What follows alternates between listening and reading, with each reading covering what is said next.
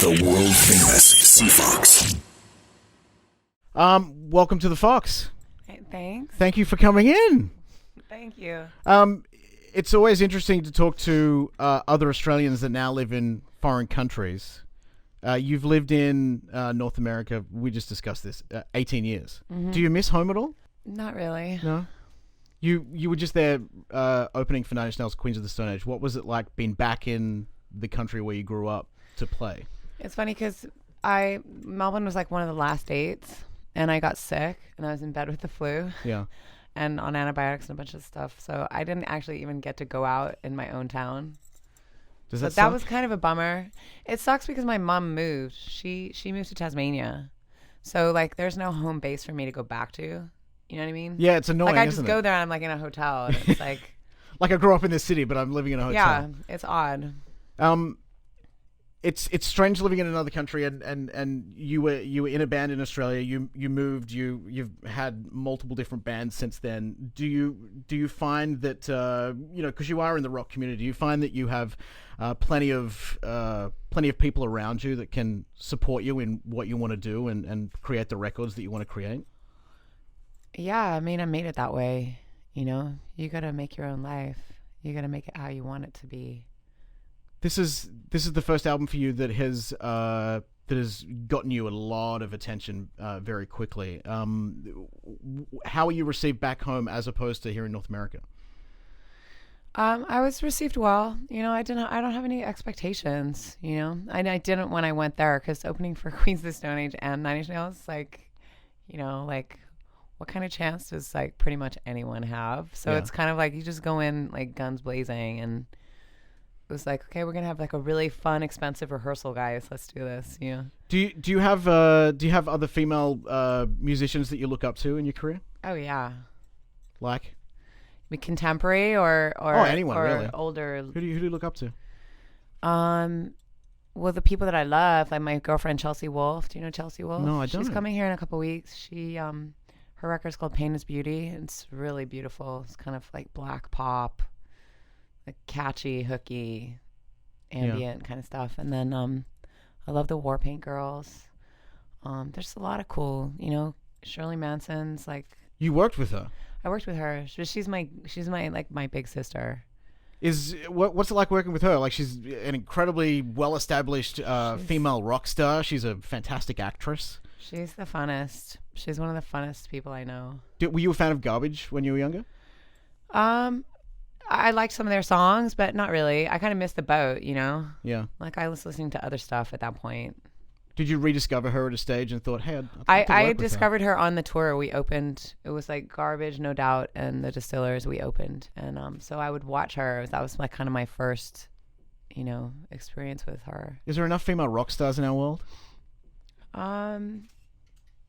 Who play... Yeah, is there enough? Do we have enough of them? I'm sure there is. There's plenty out there, but do they get the exposure? No. Are they starting to, do you think? I think so, you know. I don't know. I mean I look around and there's a lot, you know.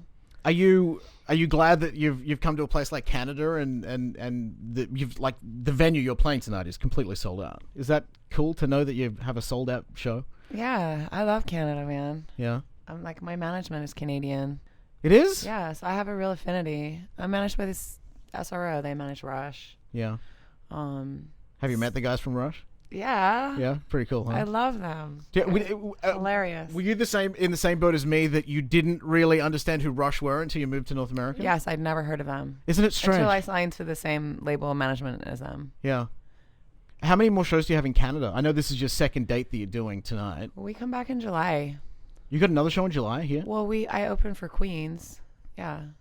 They're coming back here in July? I don't know if we come here. I think it's all on the other side of the country. Oh, okay. That'd be cool if you could come back here. That would be cool. It'd be fun.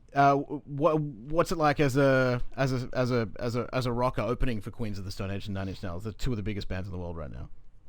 Yeah, I just ignore them and you just do your my own thing. Yeah. And is Nine Inch Nails going to be on that tour as well? No.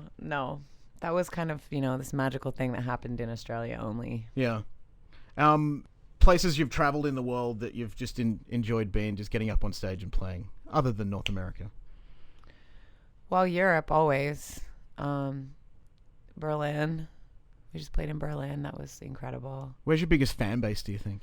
UK. Yeah. UK and Germany. I'm like David Hasselhoff in Germany. You like? Oh, really?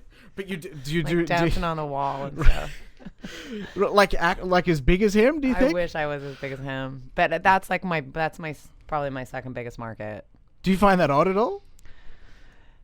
I mean, no, but yeah and no. I mean, I had the #1 record in Cambodia. I thought that was weird. The #1 record in Cambodia. Yeah. My first =1 record. How does that even work? I don't know, but they were like, "Hey, your record's #1 in Cambodia." Yeah. And have you been to Cambodia to play a show? I've never been to Cambodia. So are you planning? I don't know how that works. Well, you get your management to book you a show in Cambodia.